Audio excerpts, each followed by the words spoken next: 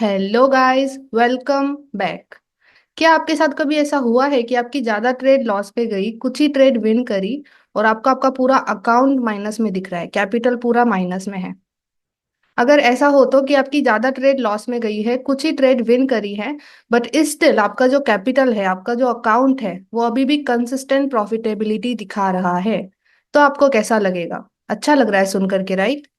ऐसा रियल में भी हो सकता है। आज के इस वीडियो में मैं यही शेयर करने वाली हूँ। तो 3 ट्रेड्स केस स्टडी। मैंने नवंबर के एंड में 3 ट्रेड लगाई थी। तो वो कैसे लगाई वो सब मैं शेयर करूंगी, रिजल्ट क्या निकला वो भी। एंड साथ में ये लेसन कि आप किस तरीके से कम ट्रेड विन कर रही है फिर भी कंसिस्टेंट प्रॉफिटेबल रह सकते हैं। तो चलिए शुरू करते हैं आज का वीडियो बिना टाइम वेस्ट किए। और अगर आप चैनल पे नए हैं, so don't forget to subscribe. सबसे पहले हम बात करेंगे गोल्ड ट्रेड की जो मैंने लगाई थी। सबसे पहले मैं पूरा टॉप डाउन करके बताती हूँ। तो अगर हम हायर टाइम फ्रेम में देखें गोल्ड को, तो अभी गोल्ड है जो फ्लो में है। मार्केट तेजी से बुलिश डायरेक्शन में जा रहा है, तो हमें अप ट्रेंड की तरफ ही अपॉर्चुनिटी देखनी चाहिए। और मार्केट तेजी से जा रहा है मतलब मार्केट एक फ्लो में है। फ्लो का मतलब बड़े बड़े मूव छोटा सा रीटेस्ट, बड़े बड़े मूव छोटा सा रीटेस्ट।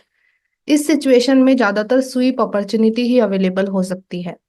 तो यहाँ पर मैंने 1 आवर के स्वीप के बेस पे अपॉर्चुनिटी देखी थी, क्योंकि डेली का स्वीप होकर के मार्केट ऑलरेडी निकल गया था और फिर 1 आवर में स्ट्रक्चर क्रिएट कर रहा था। फिर मैंने 1 आवर का स्वीप पे फोकस किया। तो लेट्स सी इन 1 आवर। तो मार्केट डेली के स्वीप है, वहां से निकल गया है। एंड 1 आवर में करंट में लो स्वीप कर करके बुलिश कर रहा है। जैसे आप नोटिस करोगे यहाँ पे, देखो, लो स्वीप बुलिश मूव, लो स्वीप बुलिश मूव। यहाँ पे प्रीवियस कैंडल लो स्वीप बुलिश मूव, लो स्वीप बुलिश मूव। ऐसे ही फिर मैंने करंट में भी एक लो स्वीप देखा। ओके, जैसे यहाँ पर ये लो स्वीप हो रहा है इस कैंडल का। ओके, तो यहाँ पर मैंने ये स्वीप देखा था, उसके बेस में मैंने कंफर्मेशन देखी थी 5 मिनट में। तो let's see in 5 minute time frame. 5 minute में यहाँ पे देखो, कंफर्मेशन मिल रही है, मार्केट ऊपर जा करके अच्छे से सीए तो सीएच भी दे रहा था, साथ में मार्केट ने ब्रेक भी कर दिया था। ओके, तो उस बेस पर मैंने इस एरिया पर, यहाँ पे देखो इम्बैलेंस है, करेक्ट, दिस इम्बैलेंस, तो उसके बेस पे मैंने यहाँ पर अपॉर्चुनिटी देखी थी 5 मिनट के टाइम फ्रेम में। कैसे ट्रेड लगाई थी उसका स्क्रीनशॉट मैं आपको दिखाती हूँ। तो यहाँ पर देखो, ये मेरी ट्रेड थी। ओ, आई थिंक वो ब्रेक होने से पहले सिर्फ इस सी एच और सी एच के बेस पर मैंने ये ट्रेड लगाया था। टारगेट मेरा इस लिक्विडिटी के ऊपर था। एंड 1:5 के हिसाब से मैंने रिस्क रिवॉर्ड सेट किया था, क्योंकि मार्केट बुलिश लग रहा था, तो मुझे लगा कि मार्केट और बुलिश जा सकता है। तो let's go back to TradingView. अभी इसमें क्या हुआ, लेट्स सी। मार्केट एंट्री नहीं किया, ऊपर चले गया और फिर नीचे आ गया। एंड मेरा एसएल हिट हो गया। तो इस ट्रेड में मेरा एक्चुअली में लॉस हुआ था, विच इज ओके, क्योंकि मैंने रिस्क मैनेज किया है। ओके, अभी बात करते हैं दूसरी ट्रेड की। दूसरी ट्रेड मैंने लगाई थी यूएसडी कैड में। So let's go in USD CAD. अभी हम हैं यूएसडी कैड में, और यूएसडी कैड में भी मैंने सुई पे यूज किया था। इसमें क्या हो रहा था ना, अगर हम हायर टाइम फ्रेम देखेंगे एक बार, वीकली टाइम फ्रेम, तो मार्केट है ना एक मेन एरिया से निकला था। जैसे डायरेक्शन देखो, इट्स बुलिश, करंटली ये बुलिश कर रहा है। उसके हिसाब से वीकली का अगर हम करंट स्ट्रक्चर मार्किंग करें, तो यहाँ पर देखो, मार्केट ने बहुत रेंजिंग किया है। ये वाला हाई था, this is an valid high, क्योंकि इसने अपने से previous valid pull back inducement को ग्रैब किया है। एंड देन ये वाला लो था, ये वैलिड लो है, क्योंकि ये ऊपर जाकर के इस हाई को ब्रेक कर रहा है। एंड उसके हिसाब से ये वाला नया हाई बना, और इसने भी अपने से previous valid pull back IDM को ग्रैब कर लिया है, जिसको हम यहाँ पर ये वाला ले सकते हैं। ओके, उसके हिसाब से यहाँ पर ऑर्डर ब्लॉक्स बन रहे हैं। तो एक आईडीएम से पहले वाला ये डिसिजनल एरिया, और एक एक्सट्रीम पे बनेगा जो कि ये वाला है। तो मार्केट वीकली के ही डिसिजनल एरिया से बुलिश करने लग गया है, मार्केट ऊपर जाने लग गया है। और ये बहुत स्पीड में है, मतलब मार्केट अच्छे से रीटेस्ट नहीं कर रहा है इन लोअर टाइम फ्रेम। अगर हम आवरली में देखेंगे तो वहां पर स्वीप अपॉर्चुनिटी ही ज्यादा देखने को मिल रही है। तो लेट्स सी इन 4 आवर। तो मैंने देखा कि 4 आवर में भी मार्केट ऐसा नहीं है कि हमेशा अच्छे से रीटेस्ट कर रहा है।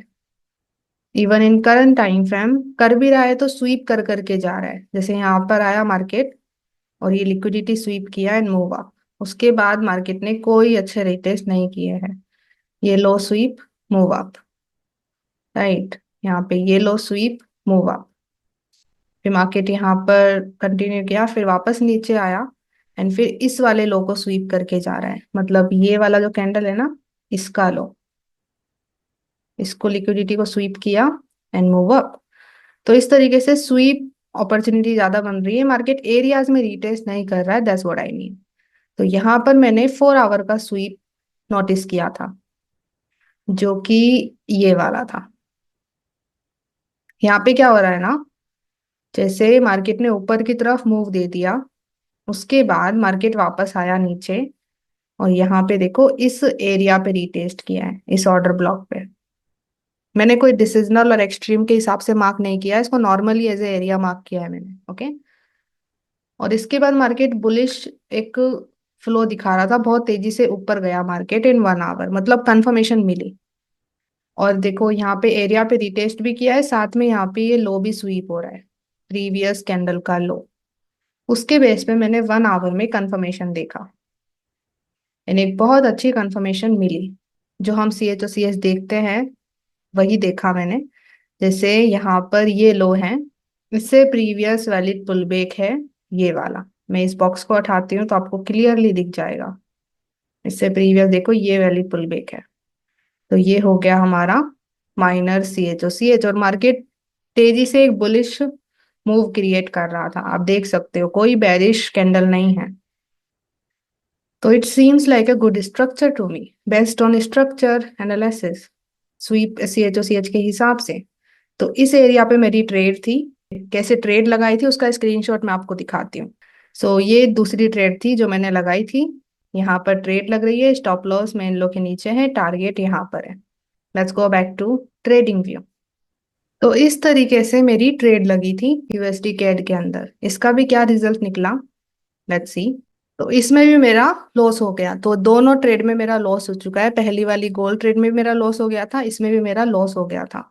द इम्पोर्टेंस थी, मुझे पता है कि स्वीप मेरी एज है, लिक्विडिटी स्वीप सी एच अभी मेरी एज बन चुकी है, इस पे मेरा मेन फोकस है अभी। तो अगर मैं इसको कंटिन्यूअस फॉलो करूंगी तो मुझे पता है लॉन्ग टर्म में रिजल्ट अच्छा निकलेगा, क्योंकि ये मेरी एज है। और एज हम कैसे डिफाइन करते हैं, जब हम अपना खुद का पर्सनलाइज सिस्टम बिल्ड करते हैं। तो इस पर मैंने एक वीडियो भी बना रखा है, ट्रेनिंग वीडियो है, independent trading system. Free training video है, आप देख सकते हो, मैं आपको डिस्क्रिप्शन में लिंक दे दूंगी और कमेंट में भी पिन कर दूंगी, एंड आई बटन पे भी आपको दिख रहा होगा। क्योंकि स्वीप मेरी एज है, इसलिए मैंने इसको कंटिन्यूअस किया, रुकी नहीं मैं। द थिंग इज, लोग डर जाते हैं, दो लॉस हो गए तो फिर उनको डर लगता है कि यार अभी तीसरी ट्रेड लगाऊंगा तो उसमें भी लॉस हो गया तो। बट अगर आप रिस्क मैनेज कर रहे हो तो आपको डरने की जरूरत है ही नहीं। You have to continue follow your edge, क्योंकि आपने पहले से डिफाइन कर रखा है कि मेरी एज है, ये मेरे को लॉन्ग टर्म में रिजल्ट दे ही देगी, क्योंकि आपने पहले से ही डाटा बिल्ड किया है, खुद का सिस्टम बिल्ड किया है। तो अभी तीसरी ट्रेड की बात करते हैं, let's go back to gold. तीसरी ट्रेड मेरी गोल्ड में थी। तो तीसरी ट्रेड मैंने कैसे लगाई, स्वीप के हिसाब से लगाई। मैंने क्या देखा ना, वापस से शाम के टाइम था, ये 26 नवंबर का ही था, बट उस टाइम पे 3 बज रहे थे, 3-4 बज रहे थे। जो पहली ट्रेड थी ना गोल्ड की, वो सुबह के टाइम लगाई थी मैंने। और जो यूएसडी केड की थी वो भी सुबह की टाइम में मैंने लगाई थी। और ये जो थर्ड ट्रेड थी ये 3 या 4 बजे के आसपास का टाइम था। तो ये ट्रेड भी मैंने स्वीप के हिसाब से ही देखी, डायरेक्शन तो क्लियर है, मार्केट एक फ्लो में चल रहा है। तो वापस से मैंने 1 आवर में एक नया स्वीप देखा था, जो कि ये वाला था, ओके। ये लॉस की लिक्विडिटी स्वीप हो रही थी। इसके बेस पे मुझे 5 मिनट में अच्छी खासी कंफर्मेशन भी देखने को मिल गई। तो स्वीप हो रहा है 5 मिनट में, देखें, चलो लेट्स गो इन 5 मिनट। तो इसके हिसाब से मुझे कंफर्मेशन मिली अच्छी खासी, मार्केट तेजी से ऊपर की तरफ गया है, ओके। तो यहाँ पर फिर मैंने ट्रेड देखी, ऊपर हमें माइनर सी एच मिल रहा है, जिसको हम ये ले सकते हैं, और minor C H O C H के साथ साथ और ब्रेक भी मिल रहे हैं। एंड आई थिंक उस टाइम पर ये ब्रेक भी नहीं मिला था जब मैंने ट्रेड लगाई थी, मैंने सिर्फ और सिर्फ ये सी एच ओ सी एच ही देखा था। आई थिंक मार्केट इतना ऊपर गया ही नहीं था। इसका स्क्रीनशॉट मैं दिखाती हूँ जो मैंने लिया था ट्रेड के टाइम पर। सो ये वो स्क्रीनशॉट है, 26 नवंबर की ट्रेड है और 4 बजे का टाइम है। यहाँ पर देखो सिर्फ ये सी एच ही मिल रहा था, ब्रेक नहीं हुआ था उस टाइम पर। तो let's go back to TradingView. तो इस तरीके से मेरी ये ट्रेड लगी थी, तीसरी ट्रेड। ओके, इसका रिस्क रिवॉर्ड रेशो 1:3 था। टारगेट मैंने इस लिक्विडिटी के ऊपर रखा था, ये हाई इसकी लिक्विडिटी के आसपास। अभी देखते हैं क्या रिजल्ट निकला। Let's see, let's play it out. फिर यहाँ पर मेरी एंट्री हुई। उसके बाद मार्केट यहाँ पे ना बहुत रेंजिंग किया। एक्चुअली मैं ये ट्रेड लगा करके फिर छोड़ दी थी मार्केट को, देखते हैं क्या होता है। तो मार्केट ने बहुत रेंजिंग किया है, फिर जाके मेरा टारगेट हिट किया है। सो मेरा टीपी हिट हुआ था 28 नवंबर 2025 को। तो 26 नवंबर को ट्रेड लगी थी, बट मेरा टारगेट हिट हुआ था 28 नवंबर को। और ये वाली ट्रेड मेरी अच्छी गई, इसमें मेरा टीपी हिट हुआ। तो बाकी की दो ट्रेड लॉस में, ये वाली ट्रेड में टीपी हिट हुआ है। ये मेरी 3 ट्रेड्स थी जो मैंने 26 नवंबर को ही लगाई थी। उसके बाद उस हफ्ते में मैंने और कोई ट्रेड नहीं देखी। अभी यहाँ पर एक बहुत इंपॉर्टेंट रिस्क मैनेजमेंट से रिलेटेड लेसन छुपा है। वो क्या है, चलिए उसकी बात करते हैं। सो इम्पोर्टेंस ऑफ रिस्क मैनेजमेंट। तो मान लो मैंने माइक्रो लॉट साइज लगाई है 0.01 तीनों ट्रेड में। ओके, और रिस्क भी मेरा मैनेज्ड है, मैंने अपने रिस्क से ज्यादा ट्रेड नहीं लगाया है। फर्स्ट गोल्ड ट्रेड में मेरा लॉस हुआ, और यहाँ पर 596 पिप्स का लॉस हुआ है। तो अगर हम माइक्रो के हिसाब से कैलकुलेट करते हैं तो वो आता है $5.96। यूएसडी के ट्रेड में मेरा लॉस हुआ, जो कि 10.4 पिप्स के हिसाब से था। तो इसको कैलकुलेशन करने पे ये आता है $0.75। गोल्ड में मेरा विन हुआ, जो तीसरी ट्रेड मैंने लगाई थी उसमें मेरा विन हुआ है। प्रॉफिट था 2801 पिप्स, कैलकुलेट करने पे आता है $28.01। तो अभी नेट प्रॉफिट एंड लॉस निकालेंगे तो 2801 माइनस 5.96 प्लस 0.75, कैलकुलेशन करने पे आता है $21.3। So even after losing 2 trades and winning one, we are still in profit. और ये सिर्फ शॉर्ट टर्म में प्ले नहीं करता है, जैसे मैंने यहाँ पे 3 ट्रेड का बताया है, ये लॉन्ग टर्म में भी प्ले करता है। मतलब कि अगर आप 100 ट्रेड लगाते हो और 100 में से सिर्फ 30% भी विन करोगे ना प्रॉपर रिस्क मैनेजमेंट के साथ, तो भी आप लॉन्ग टर्म में प्रॉफिटेबल रह सकते हो, आपका कैपिटल प्रॉफिटेबल ही दिखेगा। तो यहाँ पर आपको ज्यादा एक्यूरेसी की जरूरत है ही नहीं। ये है कमाल रिस्क मैनेजमेंट का। तो अगर आप रिस्क मैनेज नहीं करते हो तो आपका हर ट्रेड में आपको कैपिटल माइनस दिखता है या फिर ब्रेक इवन हो जाता है। बट अगर आप रिस्क मैनेजमेंट अच्छे से करते हो और अच्छे से सीरीज ऑफ ट्रेड में इसको फॉलो करोगे, तो लॉन्ग टर्म में you will be profitable. Even तो आपका एक्यूरेसी सिर्फ 30 या 40% है फिर भी। तो मैंने क्या क्या चीजें करी हैं इसको अचीव करने के लिए, तो मैं ब्रीफली आपको बताती हूँ, कुछ पॉइंट शेयर करती हूँ। What I did, first point, already defined my edge and trading plan। मेरा एज डिफाइंड है और वो है, अभी मैं sweep C H O C H पे फोकस कर रही हूँ। अभी एज मैंने कैसे डिफाइन किया, उसके लिए मैंने अपने लिए बैक टेस्ट करके डाटा बिल्ड किया है, इंडिपेंडेंट ट्रेडिंग सिस्टम का ट्रेनिंग वीडियो जो मैंने आपको बताया अभी बीच में वीडियो के। तो मैंने अपनी एज डिफाइन करी और मेरा ट्रेडिंग प्लान पहले से डिफाइन किया। दूसरा, ऑलरेडी डिफाइन माई रिस्क। मैंने अपना रिस्क भी पहले से डिफाइन कर रखा है, मैं कभी भी अपने रिस्क से बाहर ट्रेड नहीं लगाती। तीसरा, ऑलरेडी डिफाइन माई रिवॉर्ड। मेरा रिवॉर्ड भी डिफाइंड है, 1:3 या उससे ज्यादा। 1:3 से कम का रिस्क रिवॉर्ड मैं कभी नहीं लेती हूँ, क्योंकि उसमें क्या हो जाता है ना, उसमें एक्यूरेसी बढ़ाने की जरूरत पड़ जाती है, उसमें फिर आप 30% में लॉस ही करने वाले हो। तो 100 ट्रेड लगाओगे उसमें से 30% भी विन करते हो ना, तो अगर आपका रिस्क रिवॉर्ड 1:2 है तो आप उसमें लॉस ही करोगे। इसलिए मैंने रिस्क रिवॉर्ड 1:3 या उससे ज्यादा ही रखा है। आपका रिस्क रिवॉर्ड जितना अच्छा होगा उतनी कम एक्यूरेसी की जरूरत पड़ेगी आपको कंसिस्टेंट प्रॉफिटेबल रहने के लिए। फोर्थ पॉइंट है लॉजिकल लॉट साइज। मैं कभी भी लॉट साइज को बिना मतलब के ऐसे नहीं हाई लगा दिया लो लगा दिया, नो, पूरा कैलकुलेशन प्रॉपर कैलकुलेशन करके ही लगाती हूँ। 5, define the number of trades in a week. मेरा एक weekly number of trade defined है। मैं वीक में सिर्फ 3 ही ट्रेड लगाती हूँ, ना तो उससे ज्यादा ना तो उससे कम।